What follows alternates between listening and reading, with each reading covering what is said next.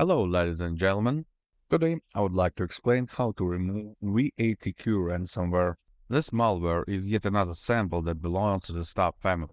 It attacks users all over the world, asking for up to $980 for file decryption. The most obvious sign of the attack is the presence of ransom node titled readme.txt, and the VATQ extensions all over the place. First of all, you should remove it as quickly as possible. It carries several other viruses which extend their damage with every minute of being active.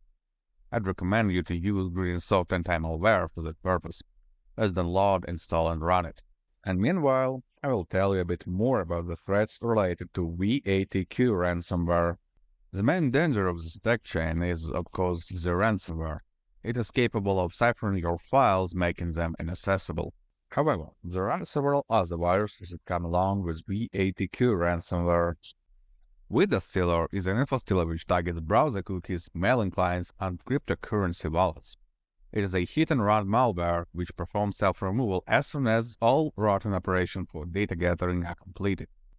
Seeing it running in your system is not a common occasion, as most of the time its operations take minutes. Nonetheless, as there are facts of it being included to the pack with the ransomware, and it is possible to repel it before it completes its task.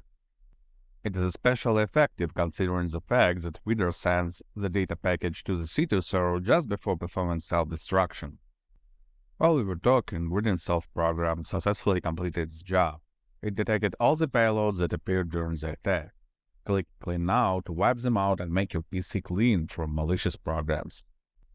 Please note, Greensoft Anti-malware is a malware removal program, not a decryptor. To get your files back, follow the guide on howtofix.guide. We will put the link in the description. You will find the links on detailed analysis of all malware samples in the description as well. Good luck and stay safe online.